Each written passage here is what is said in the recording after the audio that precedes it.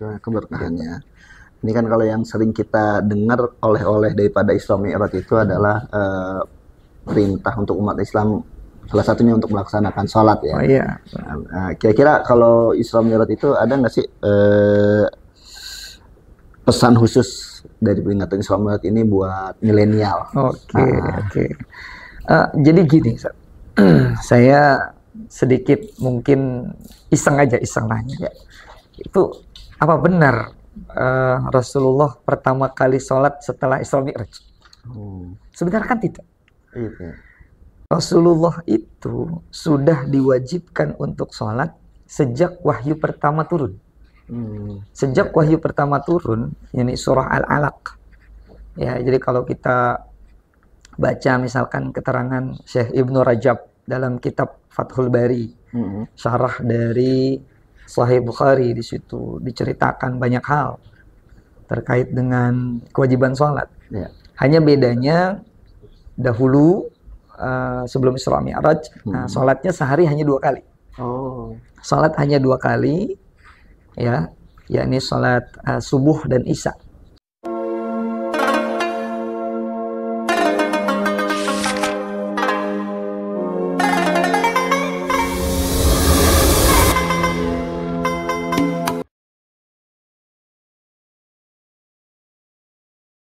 Assalamualaikum warahmatullahi wabarakatuh. Waalaikumsalam. Pemirsa TV MUI Depok, alhamdulillah bertemu kembali kita di podcast Bincang Ulama MUI Depok.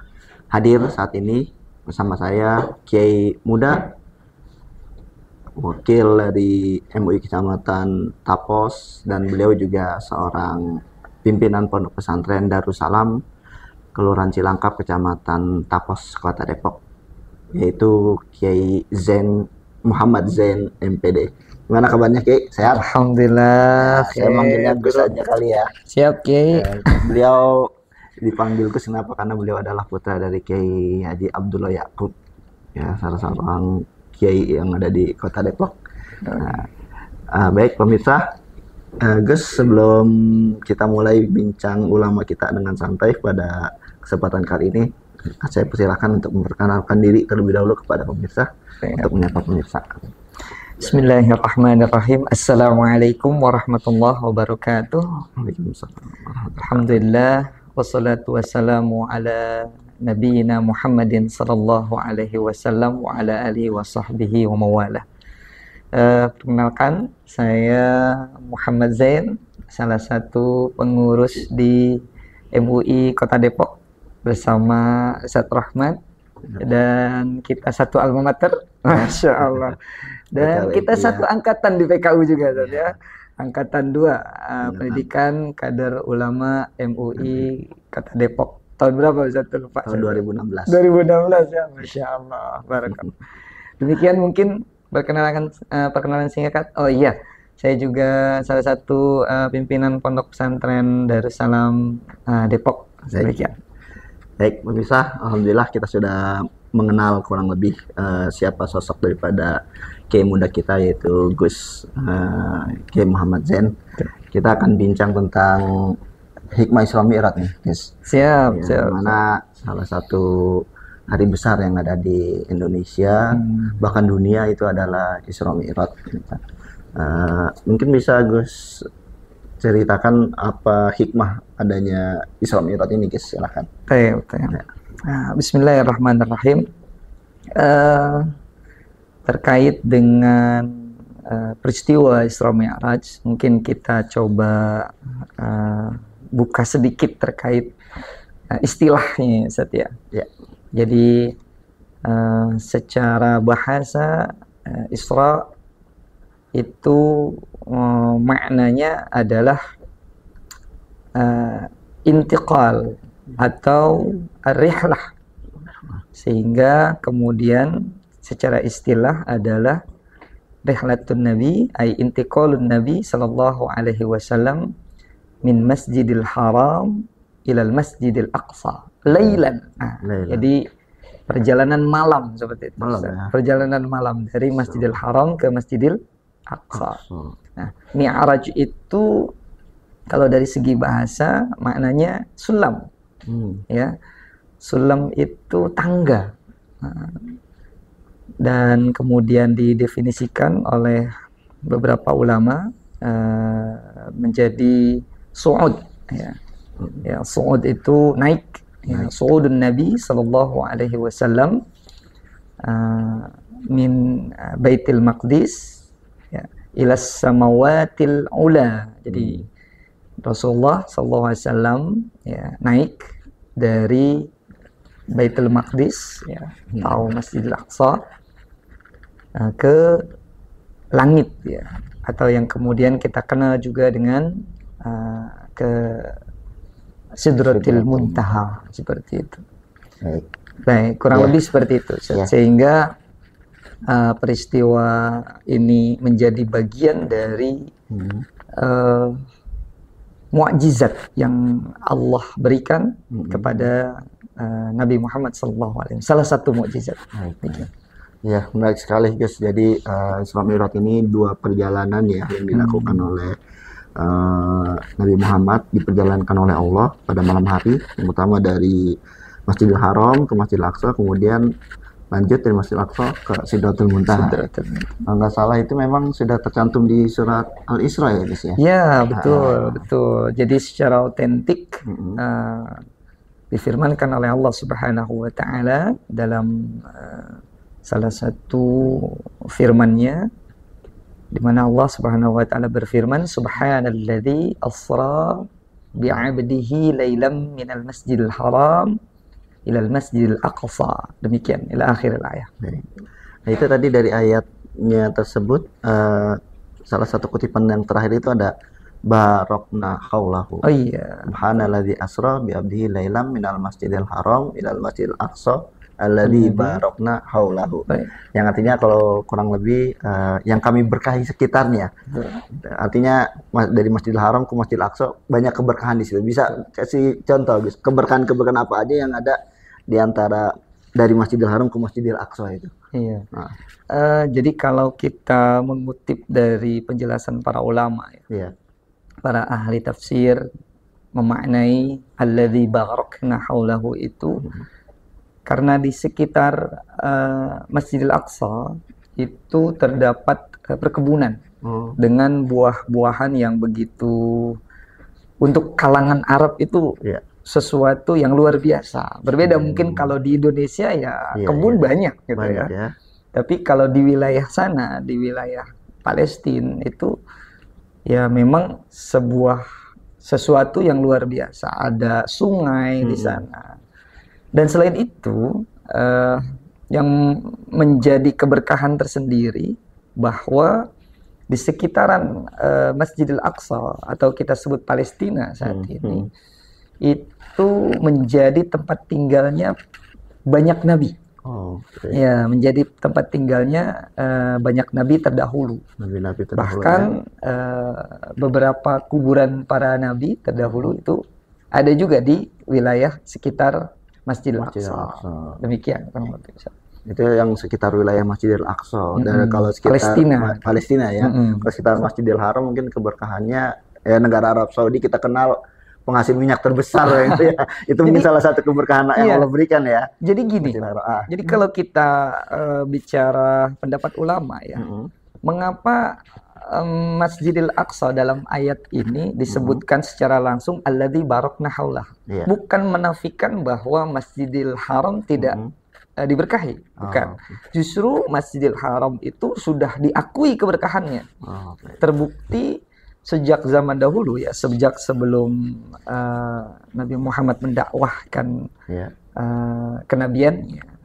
Itu Masjidil Haram sudah begitu diakui keberkahannya. Banyak orang-orang zaman dahulu itu memang sudah ziarah ke Masjidil Haram. Tapi kemudian ada semacam konspirasi antara orang Yahudi dengan orang Nasrani untuk menghilangkan jejak-jejak keberkahan yang ada di Masjidil Aqsa. Nah, dalam rangka mengcounter konspirasi yang dilakukan oleh orang-orang Yahudi Nasrani untuk menghilangkan jejak-jejak kenabian di Masjidil Aqsa, maka dimunculkanlah kemudian, dikuatkan kemudian dengan firman Allah surah Al-Isra ayat pertama ini, gitu kurang lebih. Ya, tentang bahwa Masjidil Aqsa itu betul-betul daerah wilayah yang begitu banyak keberkahan di dalam keberkahannya. Ini kan kalau yang sering kita dengar oleh-oleh daripada Isra Mi'raj itu adalah perintah untuk umat Islam, salah satunya untuk melaksanakan sholat ya. Oh iya. Kira-kira kalau Isra Mi'raj itu ada nggak sih pesan khusus dari peringatan Isra Mi'raj ini buat milenial? Oke. Jadi gini, saya sedikit mungkin iseng nanya. Ya. Itu apa benar Rasulullah pertama kali sholat setelah Isra Mi'raj? Sebenarnya kan tidak. Rasulullah itu sudah diwajibkan untuk sholat sejak wahyu pertama turun. Sejak wahyu pertama turun, ini surah Al-Alaq. Ya, jadi kalau kita baca misalkan keterangan Syekh Ibnu Rajab dalam kitab Fathul Bari, syarah dari Sahih Bukhari, di situ diceritakan banyak hal terkait dengan kewajiban sholat. Ya. Hanya bedanya dahulu sebelum Isra Mi'raj, sholatnya sehari hanya 2 kali. Sholat hanya 2 kali, ya, yakni sholat subuh dan isya. Sholat subuh dan isya. Fil asi wal ibkar kalau ayat Al-Qur'annya. Namun secara itu ya, secara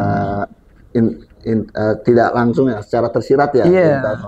Fil asi wal ibkar, dalam ayat Al-Qur'an disebut fil asi wal ibkar.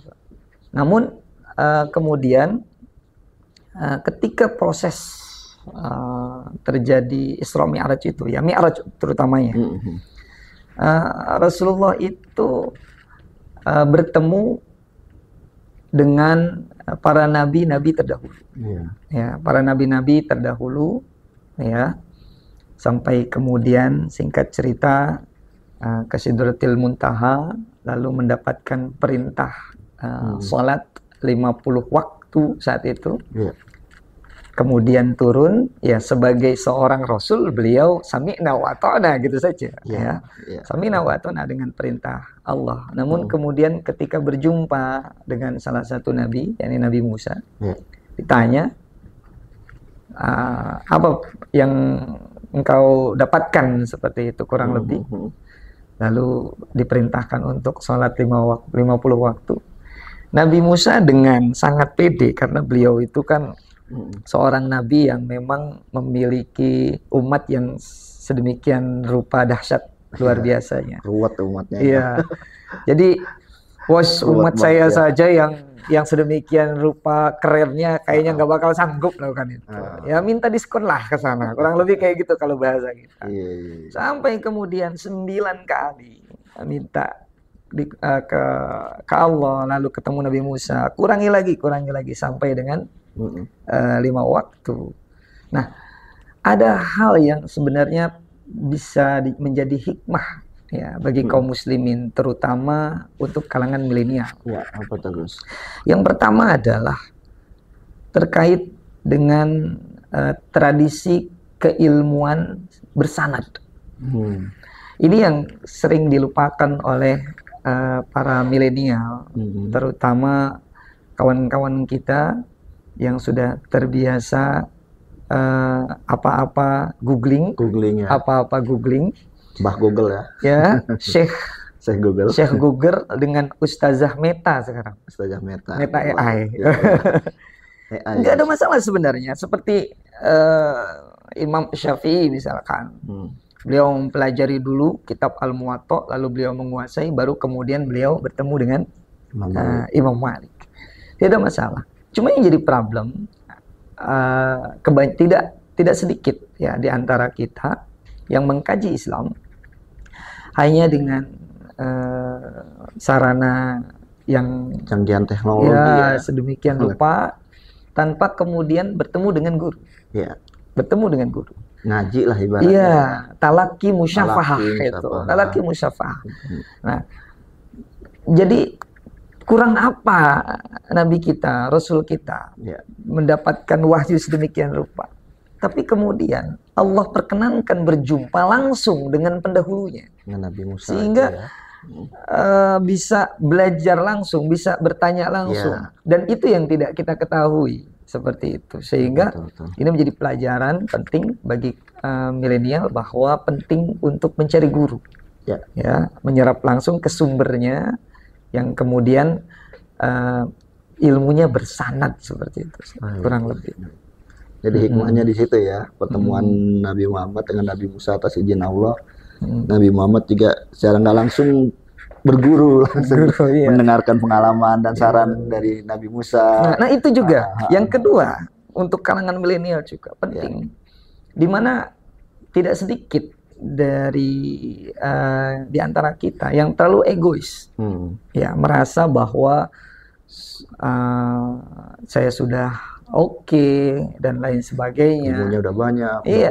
Nggak mungkin bagi Rasulullah. Bagi Rasulullah untuk beribadah sholat 50 waktu, it's gitu. Iya, bagi Rasulullah. Tapi beliau nggak egois. Artinya mendengar masukan dari seniornya, Nabi Musa, untuk kemudian, mungkin kalau bahasa kita, saya sih no problem. Tapi bagaimana dengan umat gitu? Maka beliau menerima saran untuk meminta dikurangi ke Allah. Nah ini bagian dari pembelajaran juga untuk kaum milenial, ya, untuk tidak egois dengan para pemuda. Nah ini Gus, sejak zaman dulu memang peristiwa Isra Mi'raj mungkin bagi yang non Muslim, bahkan sampai sekarang secara nalar logika nggak mungkin ya ada Isra Mi'raj yang berjalan dari bumi kemudian ke atas dalam satu waktu di satu malam. Meskipun saat ini dengan kecanggihan teknologi ya terbukti bahwasanya hal Isra Mi'raj itu memungkinkan bisa terjadi dengan kecanggihan teknologi. Artinya terbukti mukjizat-mukjizat dari Allah Subhanahu wa taala. Nah, ini bagaimana Gus menurut Gus Muhammad Zen tentang orang-orang yang masih mungkin ada yang nggak percaya dengan Isra Mi'raj ataupun abai ya, biasa saja dengan Isra Mi'raj ini. Oke. Jadi guru saya tuh dulu waktu saya kecil, ya, termasuk Abu ya, Kiai Al-Hajj Abdullah Yaqub, itu sering ceritanya begini. Ngasih ibaratnya seperti ini sebenarnya. Logika lawan logika ya. Logikanya ya. Logikanya kan begini. Kalau kita lihat semut ya, yang jalannya sedemikian rupa, mungkin tidak dalam waktu singkat dia bisa menempuh perjalanan puluhan kilometer. Itu kan sesuatu yang mustahil. Mustahil ya. Apalagi kita lihat ya semut, kakinya kecil dan seterusnya. Tapi hal yang mustahil itu terjawab. Kalau misalkan semut itu numpang kuda yang sedang berlari, kan bisa. Kalau zaman dulu kuda, di zaman sekarang ada kereta. Ada yang lebih cepat lagi, jet. Pesawat jet lebih cepat lagi. Artinya bahkan kalau dalam riwayat kita baca, Rasulullah itu kan mengendarai buruk, yang satu langkahnya itu sejauh mata memandang. Sebenarnya sekarang sudah ada teknologi itu. Apa teknologi? Tahu nggak? Ya internet, WhatsApp. Bukan. Ya? Jadi dalam waktu sekejap mata itu tembus sejauh mata memandang. Sejauh mata memandang. Tahu nggak? Apa tuh Gus? Center. Oh ya.